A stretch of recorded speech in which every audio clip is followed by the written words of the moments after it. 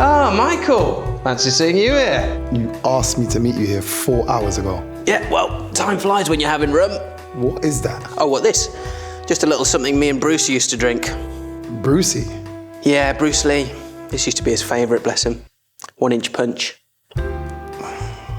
Hello, I'm Munya Chawawa, and this is Deep Issue Massage, the show that tackles deep issues and deep tissues. Today's guest is a professional mixed martial artist who's currently ranked number 7 in the Bellator welterweight rankings. It's Michael Venom Page. It's actually 2. Yeah, well, what are you going to do about it, mate? Huh? Oh, okay. Hey, who wrote number 7? Okay? Bad runner. Sorry about that, Michael. Yeah, you take that and let's go for a nice massage, shall we?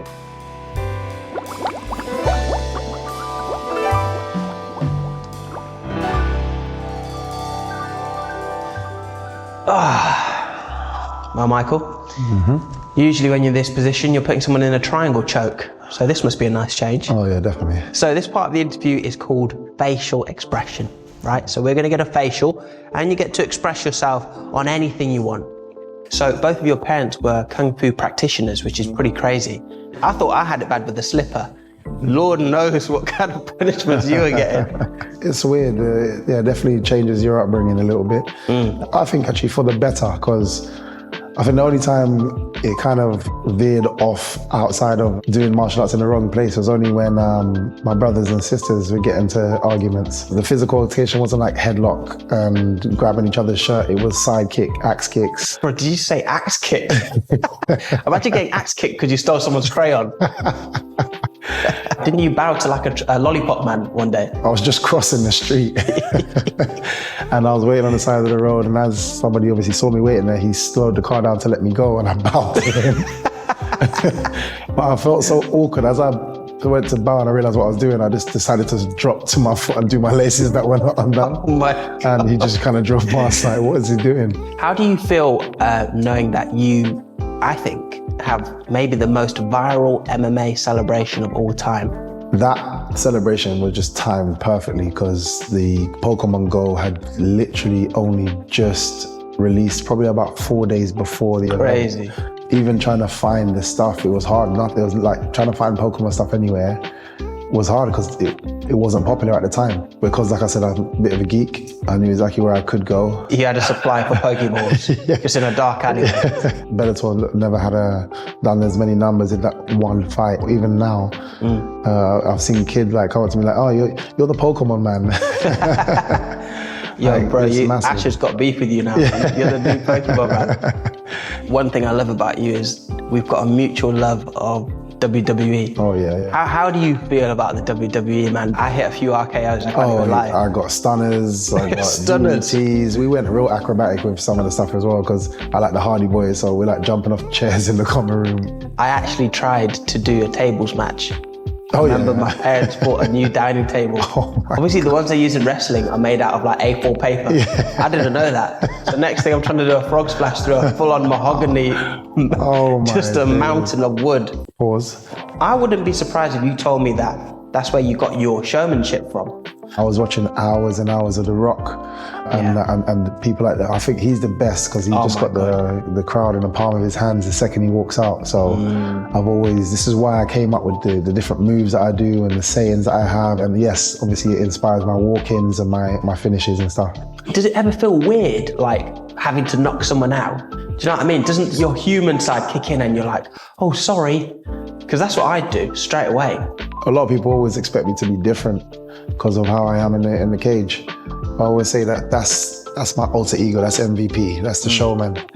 Even from a young age, I had to spar my siblings. My dad and my mum would always say, your siblings off the mat and that's a stranger on the mat, you need to win. So if I can punch my sister or my brother, then I'm sorry, but everybody else has no chance. That's a great quote, I might get that tattooed.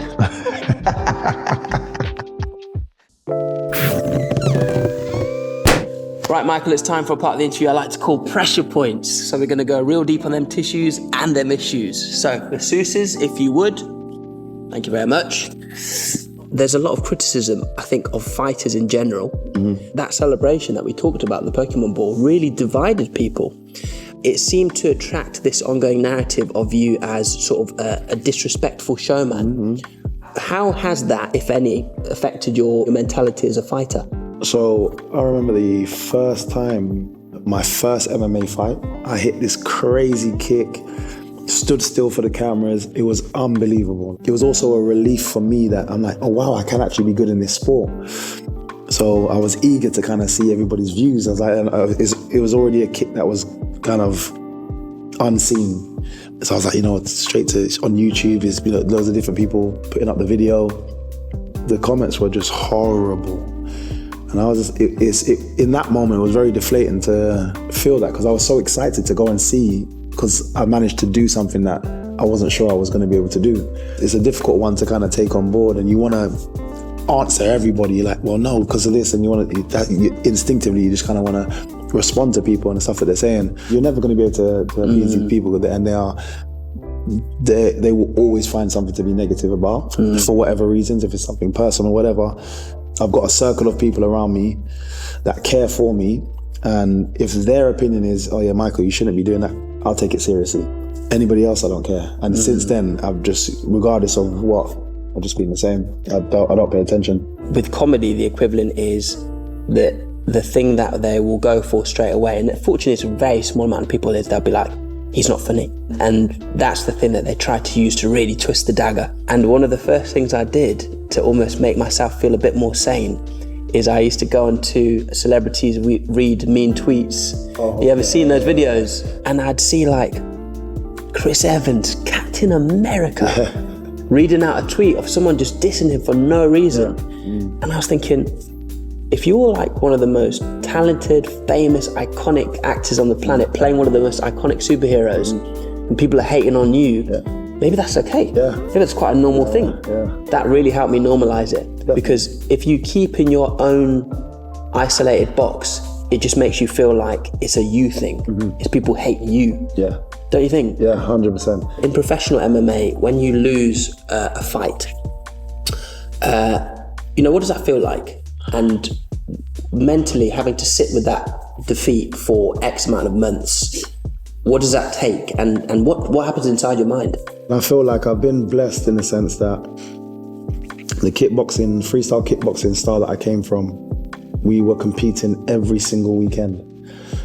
We didn't win a lot, especially at the beginning. And I swear to you, for about 4 years, and I was young, but still, it takes a lot to have to deal with it.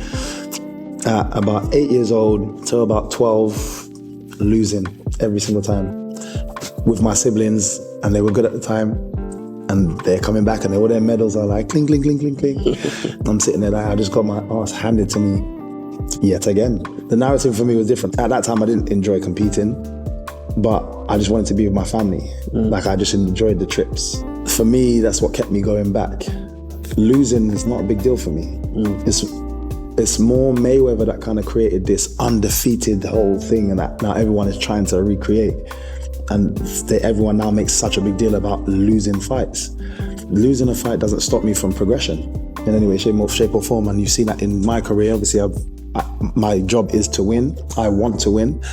But people, just this weird feeling, again, must be a Western thing, of success or sort of defeat is just the be-all and end-all of fighter. I always give myself 10-15 minutes by myself to be annoyed at myself. After that, I'm not bringing it back up again. Like, I need to get on with it. For me personally, we were raised on very much like a you must be the best attitude. I think that was something that, secretly a lot of parents in Zim, from what I remember anyway, wanted for their kids. So when I moved to England, I had that same mentality. I always wanted to be top of the class, wanted to be picked for everything, this, that, and the other. First show I made last year, Race Around Britain, was nominated for BAFTA. When I heard the nomination, I'll never forget that moment, because it was a show we made on YouTube with my best mates. I think first YouTuber show in history to be nominated for BAFTA. Amazing. Right? And in my mind, I told myself, we're gonna win the BAFTA. For 30 days until the award show, I'd already, in my mind, I literally had not factored in any other possibility. And I took some masking tape and I put it on my mantelpiece, and it said reserved for BAFTA. And I didn't let anyone put anything in that space. Amazing. and then they read out the 4 shows, and the winner is, and our show didn't get called out. I processed the defeat really badly. Even the fact I'm calling it a defeat. All my friends were like, look, we got nominated, man. That's the thing that counts. In my mind, I was like, if you don't win, you lose. And it took me like maybe 2 weeks to start to think to myself, look, this is not a good way to think. And I think what you're saying is right. Part of good mental health, I think for me going forwards in my craft, is learning to appreciate that if it's not a win, it doesn't necessarily mean it's a loss. It can still be a beneficial experience, a learning experience. Is there anything you do to look after your mind? You have to speak to the right people, or have people that you can speak to, and then listening to the right people as well. But I still don't think I'm doing enough. Do you think it's important that you do? Yes, 100%. Why? I've met so many people in the gym that are absolute monsters in a good way. They are so athletic. They are so unbelievably talented, and they go out and fight. We see maybe 5%, 10% of that. Because under the lights, they struggle, and that's a mental thing. And weirdly enough, during lockdown, I remember everyone saying that it's going to feel weird for a lot of people fighting. I said, you know what's funny? We're actually going to get more stars during this time, because so many people that struggle to perform in front of crowds are going to have their perfect condition.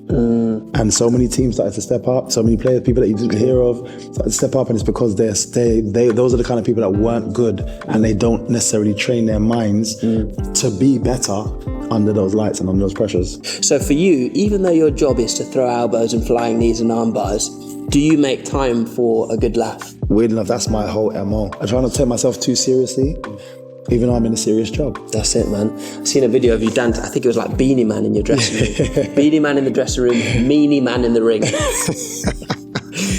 Well, it's time for one last part of the interview now. I like to call this section Chop Chop. All you got to do is stick your head through the hole. 3, 2, 1. Right, so Michael, this part of the show is called Chop Chop.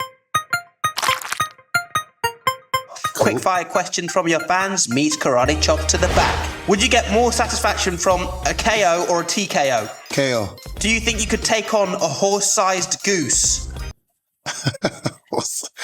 Yes. Someone asked, how do you generate so much power from those knobbly knees? Because they're knobbly. What MMA fighter did you look up to when you were starting out? I didn't, but the most person I watched was Chuck Liddell. What's your real middle name? Jerome. Jerome? Yeah. I prefer Venom. Sorry, bud. What makes you go all soft and gooey on the inside? Not my question. Oh my God. Soft and gooey on the inside, I haven't a clue. So not like puppies or a film? I'm super tough. Okay, he has no heart, ladies and gentlemen. And time. Well, Michael, it's been an absolute pleasure. I'm so happy you could come through. Until next time, ladies and gentlemen, I've been Munya Chawawa, he's been Michael Venom Page, and this is Deep Issue Massage.